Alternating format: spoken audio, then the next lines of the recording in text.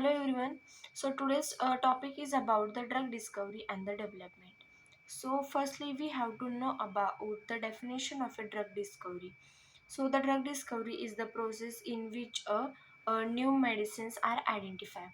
And the second point is our drug development, in which the drug development is the process in which the new drug is bringing into the market by assuring us different clinical trials or the phases to treating, or the main aim of that drug development is to treating or aim monitoring the different diseases. uh, Through the drug development process there will be a different medicines drug, any kind of a medications or some medical devices are bringing into the market with the help of approval of some regulatory authorities. After that, some introduction of a drug development and the drug discovery will be a that may be include the in the past most of the drugs have been discovered either by identifying the active ingredient from a traditional remedies or by some serendipitous discovery. But now we know the disease are controlled at a molecular or a psychological level. So also a shape of an molecule at a atomic level is as well as understood. After that, some information of a human genome is also included into the drug discovery and the development. So the basically the history of a drug discovery that may be include from a 1990 to the 1990s. In a 1919 there will be a discovery of some herbal drug and some serendipitous discoveries. After that, in the year of a 1920 and the 1930s, there will be the discovery of a two product that may be a vaccines and the vitamins. After the next 10 years era, there will be in a 1940 we can say that there will be a antibiotic era, and the R&D boost to the after the World War II. After the 1940, the next is 1950. In that, the new technology will be developed, and discovery of a DNA is introduced. And in the 1960s, after the 1950, there will be a breakthrough in a etiology, we can see.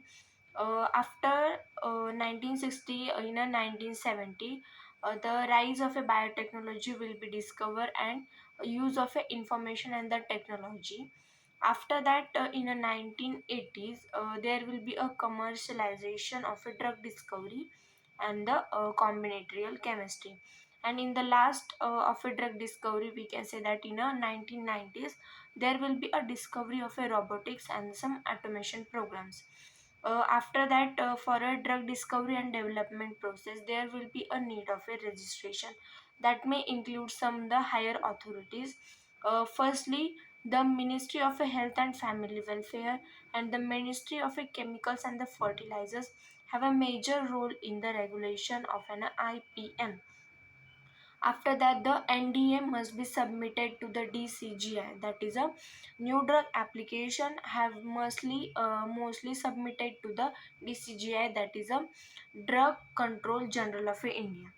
After that, the in a phase 3 trial of a clinical study, the reported to the CDL, that is a Central Drug Laboratory. The main head office of the Central Drug Laboratory is into the Kolkata. After that, some marketing approval for the particular drug or a medication or some medical devices, there was a need of a FDA approval for a marketing. After that, we can say that we can talk about the drug discovery and the drug development timeline. So the in the drug discovery starting point, there will be a thousands of a 10,000s of a compounds are discovered, but at the end of a or a but at the end of a some marketing approval, there will be a only one compound get a marketing approval from the FDA. So the drug discovery and the some preclinical stage take us 6.5 years for the development of compound. And at about for the clinical trials there will be 7 years are needed.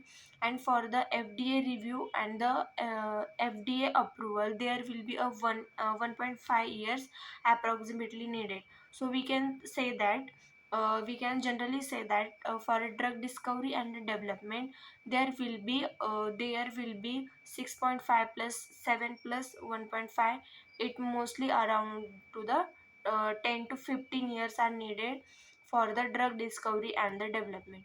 So the for the drug discovery there will be a different methods are included. That firstly includes the random screening, molecular manipulation, then molecular designing, drug metabolites, and some serendipity. After that, there will be some stages of a drug discovery that includes the target selection, lead discovery, medicinal chemistry, in vitro study, in vivo study, and last one is our clinical trials and the therapeutics.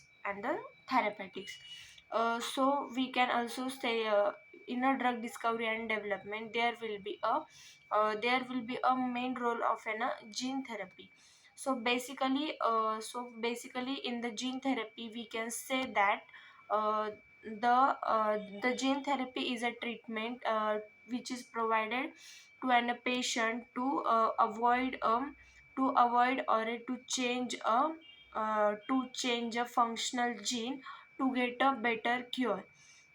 It is a simply we can say that it is a simply a technique to detecting or a correcting the defective type of a gene. So gene therapy there will be some two types of a approach of a gene therapy that maybe includes a germline gene therapy and the somatic gene therapy. So the in a germline gene therapy, the sperms or eggs are modified by the introduction of an functional genes which are integrated into their genomes. So in a germline gene therapy there will be a change which would be inheritable and would be passed to their later generations. And in a somatic gene therapy, the therapeutic genes are transferred into a somatic cells of a patient, and there will be no inheritable changes are seen into that approach, that is a somatic gene therapy. And in a gene therapy there will be two types, that is a ex vivo gene therapy and in vivo gene therapy.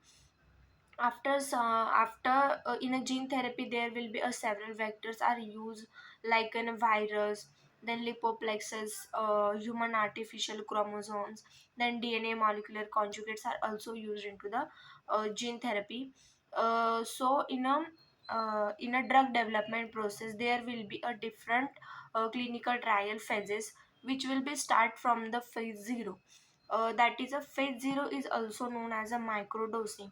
So the microdosing first in a human trials conducted to study a exploratory investigation of a new drug. So it would be concerned with the preliminary data of the drugs, pharmacokinetic and the pharmacodynamics, and the efficacy of the preclinical trials will be also studied into the phase 0 trials. After the phase 0, the next one is our phase 1 trial, which is also known as which is also called as a clinical pharmacological evaluation. So the it is a first stage of a testing into the human subjects.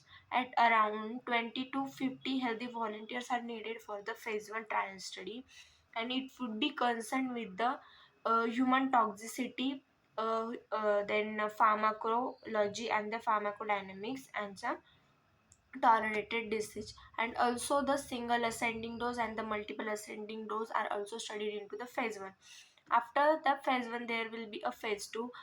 In a phase 2 there will be 50 to 300 patients are needed for the study, and it would be concerned with the safety, efficacy, drug toxicity, and the drug interactions. The next phase is a phase 3, which is also called as a extended clinical trials, and it would be mostly expensive and the time consuming. It having about 250 to 10 100 1,000 patients for that phase, and it would be concerned with the safety, efficacy, and then comparison with the other drugs and some package insert, and it would be controlled by the double blind technique. After that, the last phase of a clinical trial or a drug development is a phase 4, that may be include that also called as a post marketing surveillance. And designated the phase 4 will be designated to detect any rare or a long term adverse event or a long term toxicity, and some adverse drug reactions are also monitoring by using the phase 4 trials. And in a phase 4 trial there will be a need of a pharmacovigilance. So basically we can say that this is all the basic review about the drug development and the drug discovery. So thank you so much.